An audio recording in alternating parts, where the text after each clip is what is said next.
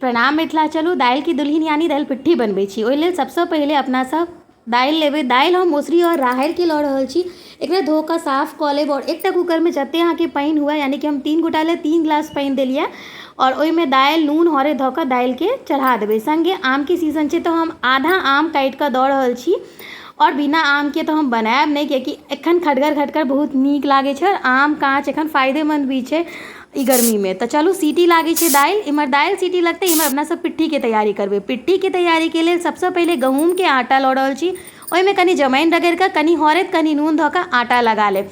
आटा हमर सना कऽ रेडी भऽ गेलै। नॉर्मल आटा लगबऽके जेना रोटी लेल बनबै छी और झाँपि कऽ राखि देब। आब इम्हर दोसर तरफ कढ़ाईमे कनि जीर मिरचाइ धऽ कऽ प्याज, लहसुन, हल्का सा अदरक और टमाटरके तड़का लगेबै। जहन प्याज आधा भुजा जाए तो ओहिमे टमाटर खसा कऽ नून, मिर्ची गुड़ा और धनिया पाउडरके साथमे जे छै से एकरा रेडी कऽ कऽ एक तरफ झाँपि कऽ सिद्ध हुअ देबै कनिसँ प्याज टमाटरके। इम्हर पिट्ठीके लेल अपना सब रोटी बेलनाइ स्टार्ट कऽ देबै।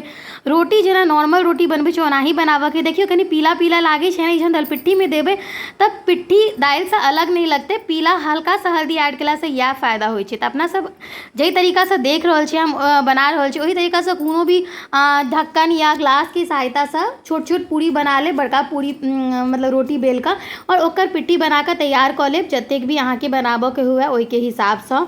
तऽ हमसब तऽ 3 गोटा छी तऽ हमरा बेसी पिट्ठी नहीं बनबऽके छलै और ई खानामे बहुत पौष्टिक होइ छै, बच्चा सबके भी बहुत पसन्द आबै छै और बहुत हेल्दी भी छै। देखियौ एहिठमन हम दालि पिट्ठीके लेल पिट्ठी केना बनेलहुँ हेँ सेहो देख लेलिए। इम्हर एहि तरफ सबटा पिट्ठी रेडी भऽ गेलै और हमर जे तड़कावाला मसाला छै यानी प्याज टमाटर सेहो भुजा कऽ रेडी भऽ गेलै। आब एहिमे जे दालि छै ओकरा खसा देबै। देखियौ हमरा गरगर पसन्द है, अहाँ सबके अगर कनि ढीला या पतला पसन्द हुए तऽ एहि जगह पर एखन पानि ऐड कऽ सकै छियै। साथमे एहिमे कश्मीरी लाल मिर्च और हल्का सा हम गरम मसाला खसा देलिए। आब एहिमे पिट्ठी खसा देबै।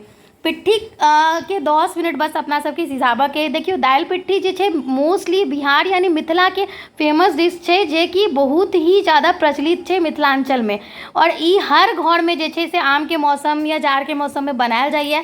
और बेसी लोग दालि बचलाहा दालिसँ पहिले बनबै छलिए, हम स्पेशली बनाबै छलहुँ आइ, तैँ एहिमे कनि आम ताम ऐड कऽ कऽ बनेलहुँ हेँ तड़का दऽ कऽ।